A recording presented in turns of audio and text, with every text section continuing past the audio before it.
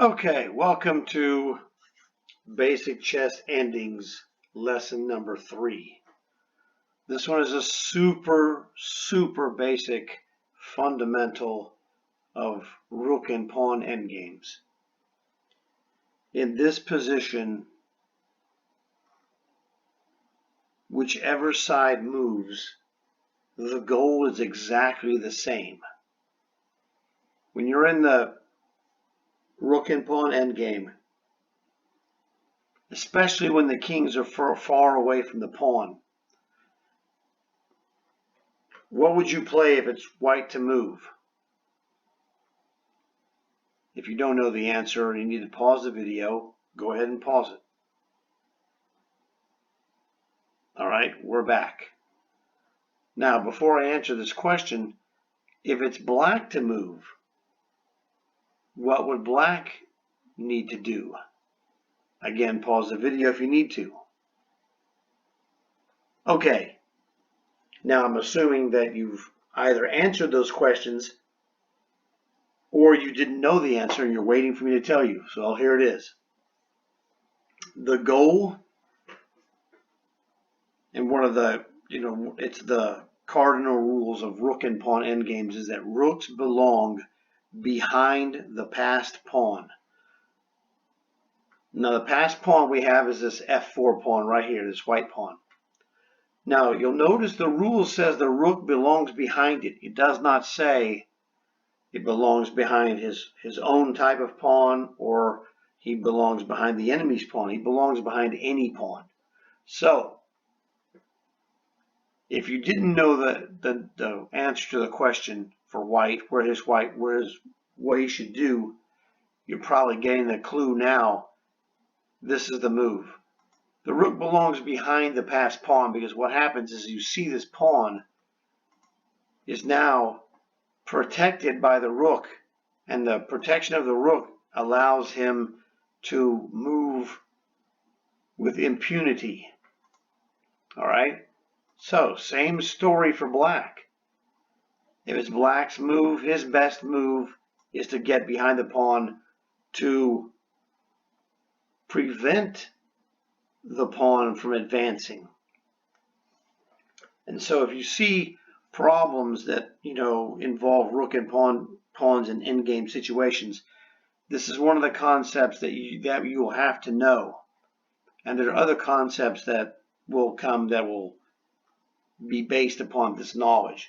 Because what happens is now this pawn cannot move. The rook is forced to go and assist the pawn.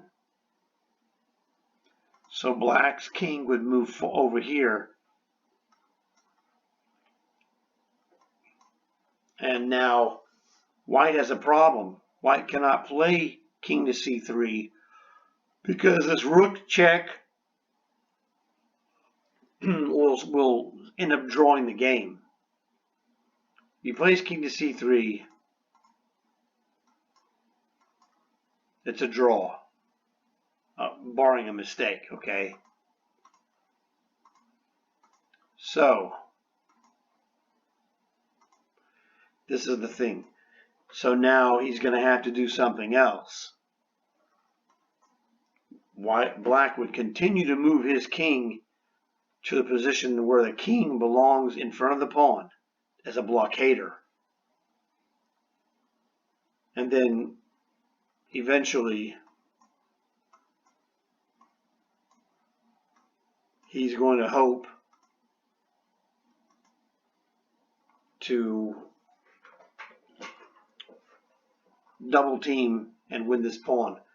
Essentially, this game cannot be won by white because he has no way to escape the black rook checks because of the configuration to win this position is not there.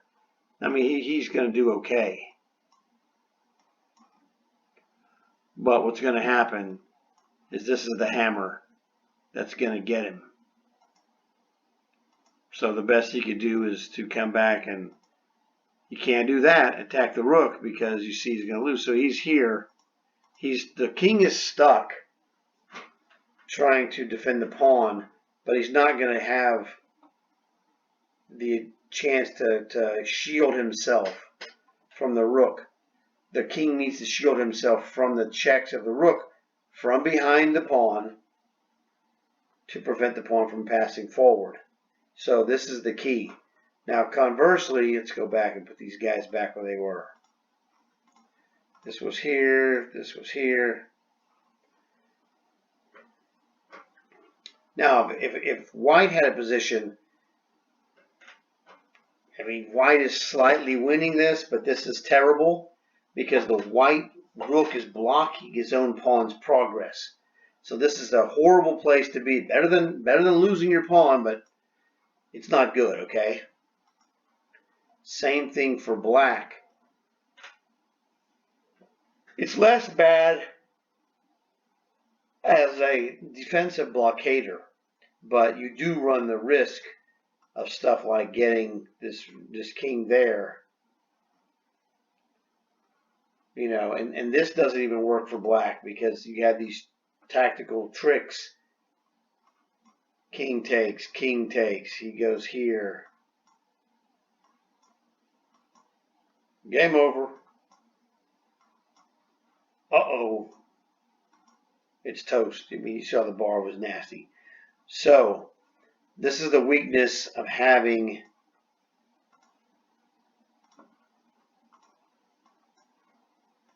the king, the rook in front of the pawn.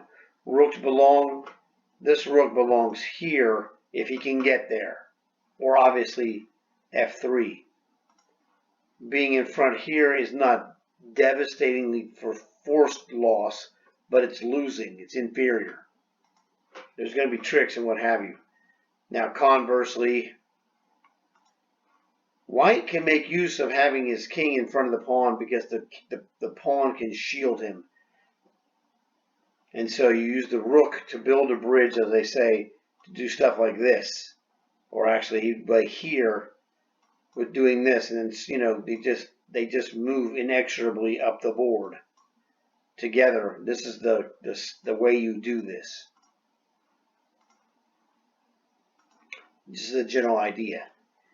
So rooks belong either offensively, like this rook needs to go rook f2, or for offensive purposes because it strengthens the pawn. For defensive purposes, the best defensive position is rook behind the pawn because it prevents him from just running. He just chops it off. It's like rook takes pawn, you're dead. Okay? So this is the key. The rule, rooks belong behind the passed pawn. It's just that simple. No big deal. Just wanted to show it to you, give it to you so you can see the basics without any kind of fancy stuff going along the side. This is how young players get to be good players. So hopefully you guys enjoyed this. Like and subscribe to my videos so you get more like this. Tell your friends, but don't tell your enemies, because if you tell your enemies, they're going to use my lessons against you. You guys know what to do. I'll talk to you later.